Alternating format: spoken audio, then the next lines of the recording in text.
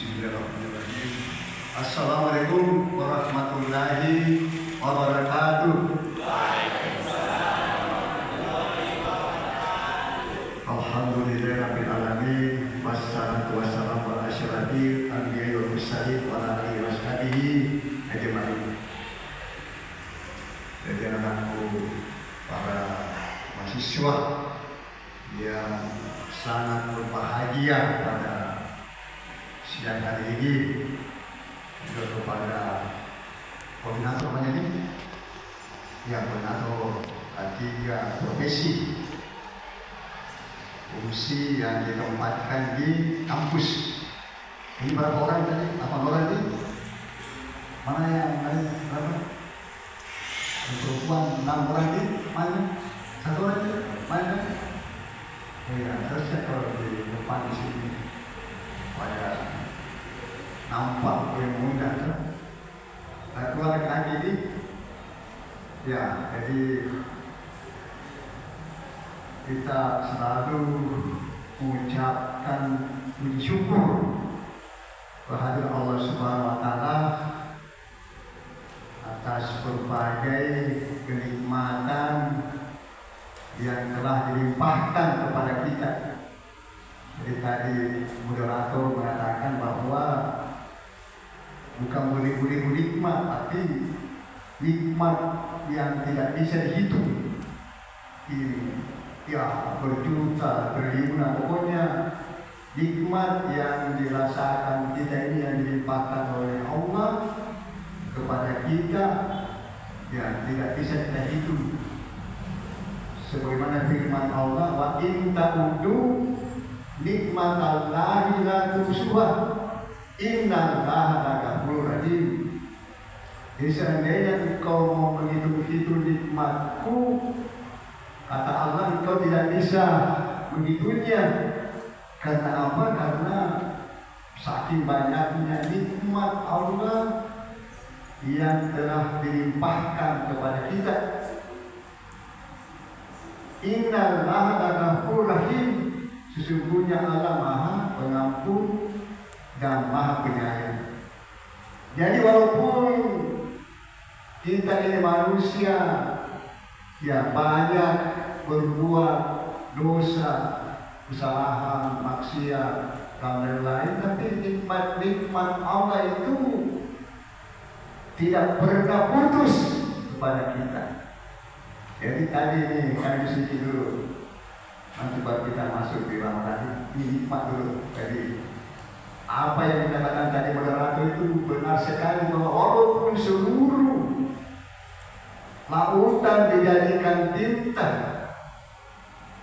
ya pohon-pohon dijadikan pena, daun-daun dijadikan kertas untuk menuliskan nikmat-nikmat Allah, ayat-ayat Allah. Habis kertas itu, habis pena itu, ya habis tinta itu, belum selesai ditulis nikmat-nikmat Allah. Bahkan walaupun ditambah lagi seperti itu,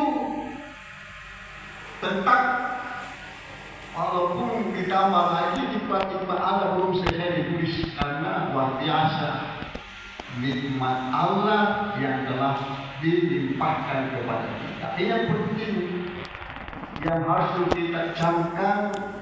Ada ulama yang memberikan pelajaran kepada kita. Kalau Anda mau berterima kasih kepada seseorang, maka itu dihitung nilainya. Maksudnya semakin banyak nilai atau manfaat yang diberikan kepada kita, maka begitu pun sebenarnya besarnya terima kasih, rasa syukur kita kepada orang itu. Kalau itu tidak ketahui berapa besarnya nikmat yang diberikan kepada kita, kadang-kadang tidak menghiraukan, cuek. Padahal itu penting bagi kita sebagai hamba manusia mengetahui dulu saking kira-kira berapa nikmat yang telah dilimpahkan kepada kita, kemudian kita balas dengan rasa berterima kasih, dengan membalas dengan bersyukur. Begini Bapak-Bapak sedikit supaya Anda paham. Ada yang kita kaitkan dulu dengan dunia, di sana ada orang yang kasih kita taruhlah 1 juta orang, 1 juta rupiah, ya tentu kita mengucapkan terima kasih karena dia telah memberikan 1 juta. Tetapi bagaimana kalau ada orang yang mengatakan saya kasih semua, saya kasih untuk umrah, saya kasih haji, kemudian saya kasih rumah, sama ya, hak apa-apa kita, ini kan kebaikan apa-apa kita contohkan. Kita kasih hak ini rumah, sudah itu rumah dikasih lagi naik haji.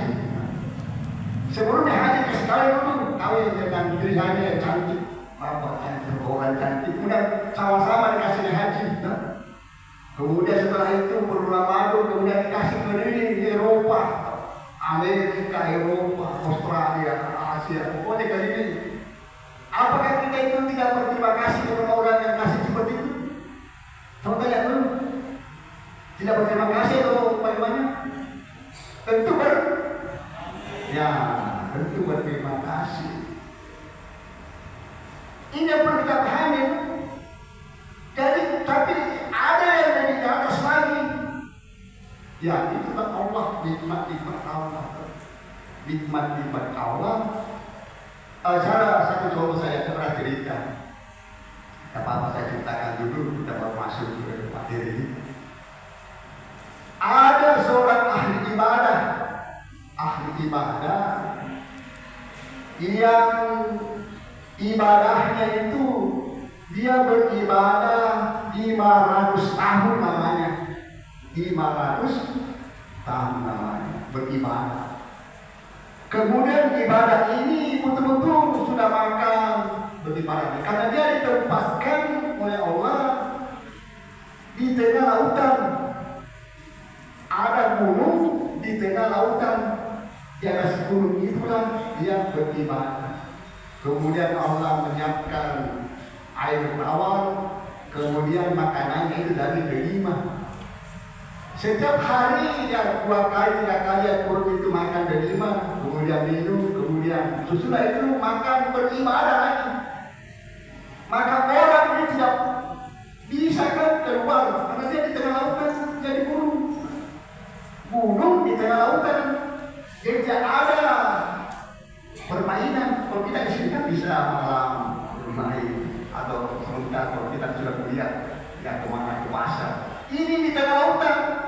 Sesudah dia makan delima itu tinggi lagi di pertapaannya beribadah sampai 500 tahun namanya beribadah.